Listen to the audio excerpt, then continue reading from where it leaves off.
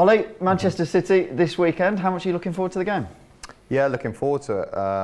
Obviously, a big team coming to Villa Park. We've got a really good home record, and obviously last year when we played them, that was a great week for us as a team, as a club. So yeah, hopefully we can repeat that.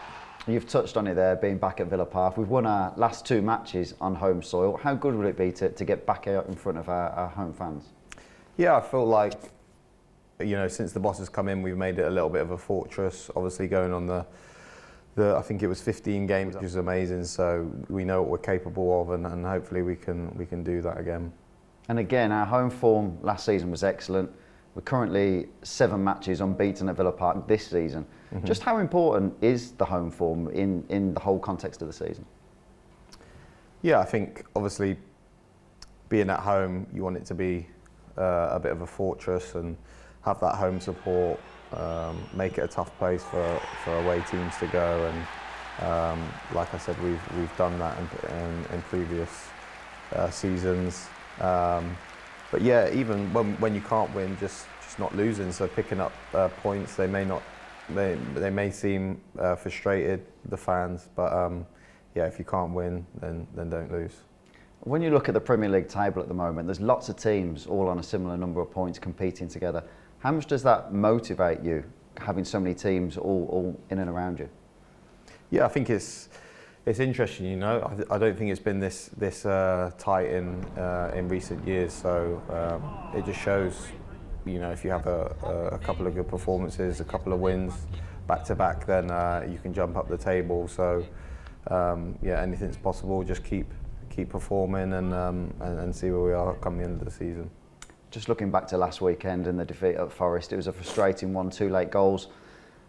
Does that make you even hungrier to get back to winning ways when you lose a game like that? Yeah, I think so.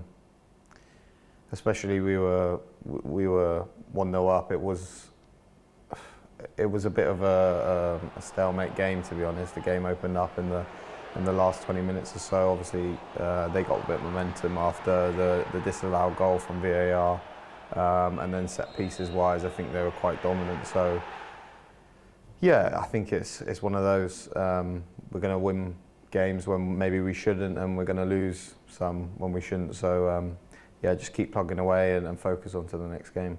And we're approaching the halfway point in the season so far. How do you reflect on the campaign as a whole? Yeah, I think collectively we had a really good start of the season.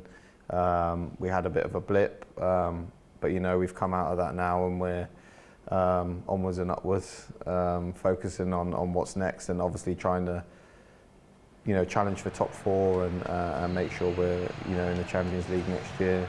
And then personally, it's been a stop-start season for me, obviously coming back late from the Euros and not finding my rhythm. So yeah, it's been tough, not going to lie, but yeah, keep going. The festive period is always a busy one. It's hectic, lots of games to play.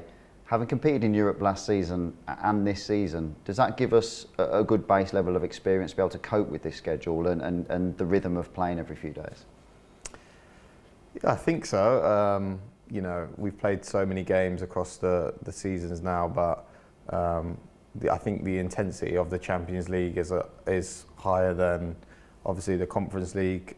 So each year is kind of a next step up, and you're always progressing, and you can't really prepare yourself for the amount of fixtures there are. So it's important that we have a big squad, and we can utilise everyone, and the boss is doing that well. So yeah, I think we're doing really well, as you see in the Champions League, and that's why sometimes after a Champions League game, the amount of energy that's put into it, sometimes there's a bit of a negative effect on the game after that.